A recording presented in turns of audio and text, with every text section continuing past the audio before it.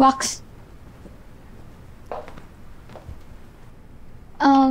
Sa weekend na ako babalik sa Manila.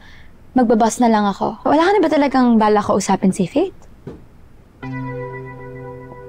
So, decided ka na talaga umalis? Maraming salamat po sa lahat. Sorry po, hindi ko na natapos yung recovery program nyo, Ninong Doc ah. Okay lang yun. Marami namang magandang holistic center sa Thailand. At maganda rin naman nakasama mo ang mom mo.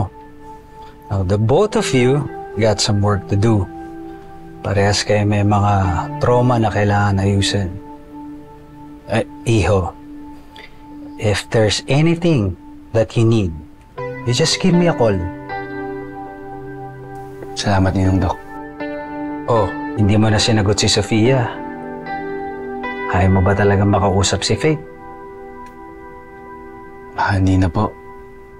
Malamang ayaw na din naman niyo po ako makita eh. After nung nangyari.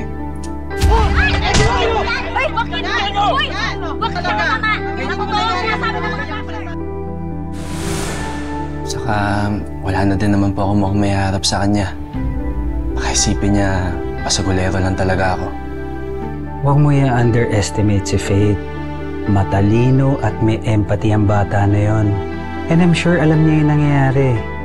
Alam mo, Iho, itong recovery program mo, hindi naman to para ikulong ka eh, or mag-build ng wall sa outside world. It's about you staying connected. Ang professional advice ko nga dyan is magmahal ka.